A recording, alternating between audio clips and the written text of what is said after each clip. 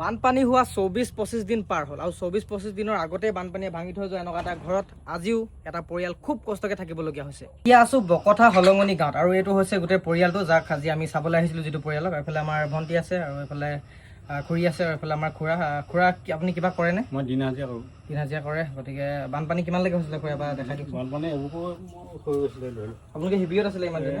হেভিয়ত আছিলোঁ। আচ্ছা, তো ঘৰৰ অৱস্থাটো দেখিলে আপোনালোকে গোটেইটো জহি খহি গ'ল। এতিয়া চাওঁ আমি আমাৰ কামখিনি কিমান আগবঢ়াব পাৰোঁ। কি ক্লাছ পঢ়ি আছে এতিয়া? 5ত পঢ়ি আছে। কিতাপ পঢ়া নে ৰাতি? কিতাপবিলাক আছে? অ'কে, ক'ত পঢ়া তুমি কিতাপ? মাটিতে পঢ়া। এতিয়া আছোঁ তেওঁলোকৰ ভঁৰালটোত। এইটো হৈছে তেওঁলোকৰ ভঁৰাল আৰু এইটো কিন্তু আগতে ভঁৰাল আছিলে। বানপানী হোৱাৰ পিছত তেওঁলোকে ইয়াতে শুবলগীয়া হৈছে। ওপৰত দেখিছে এয়া, আৰু এইটো হৈছে তেওঁলোকৰ পাকঘৰটো। ভঁৰালৰ তলত এখন চালি দি তেওঁলোকে ইয়াতে খোৱা বোৱাবিলাক বনাইছে আৰু ইয়াতে খোৱা কামবিলাক ইয়াতে হৈ আছে। আজি ঘৰটো চাবলৈ আহিছিলে আমাৰ দীপদা আৰু প্ৰশান্ত দা। এতিয়া প্ৰশান্ত দাই ক'ব জোখটো কিমান দিলে ভাল হয়, যিহেতু ফাইনেল কৰিলেও ঘৰটো বনাম বুলি। কেনেকৈ ভেটিটো চাই পিনি দিগটো আমি হেৰিমান কৰিব পাৰিম, 23 ফুটমান কৰিব পাৰিম, আৰু আমাৰ বহলটো কষ্টটো আমি 18 ফুট বা 19 ফুটমান কৰিব পাৰিম।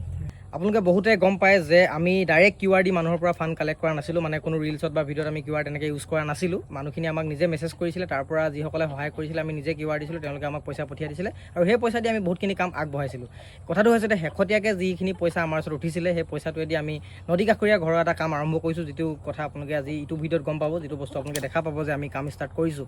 কথাটো হৈছে এতিয়া এই ঘৰটোৰ মানুহখিনি আচলতে বহুত বেছি কষ্টত আছে। ইয়াত ষ্টুডেণ্ট আছে যিসকলে এতিয়া পঢ়ি আছে, দুজনী ছোৱালী আছে, তেওঁলোক পঢ়ি আছে। পঢ়িবলৈ দিগদাৰ, খাবলৈ দিগদাৰ, শুবলৈ দিগদাৰ। ঘৰটো একেবাৰে অৱস্থাই নাই। যিহেতু ঘৰটো বনাই দিম বুলি আমি কামটো হাতত ল'লোঁ আৰু কামটো ল'লোঁ যেতিয়া কৰিবই লাগিব। যদি কোনোবা ব্যক্তিয়ে ঘৰটোৰ কাৰণে কিবা ডনেট কৰিব বিচাৰে ডাইৰেক্ট আপোনালোকে মোক DM কৰক, আৰু যদিও একো নহয়গৈ লাষ্টত গৈ থৈ মই নিজৰ ফালৰ পৰা যিমান যি হওক চেষ্টা কৰিম। আমাৰ টিমটো আছে, গোটেই টিমটোৱে মিলি হ'লেও আমি এই কামটো কৰি দিবই লাগিব আচলতে, কাৰণ ইমান কষ্টত মানুহক চাই থাকিব নোৱাৰি। জুবিন দেশৰ মানুহ হয়, মানুহক কেতিয়াও কষ্টত চাব নোৱাৰোঁ। গতিকে এই ঘৰটো বনাই দিয়া কামটো আমি হাতত লৈছোঁ। জয় জুবিন দা।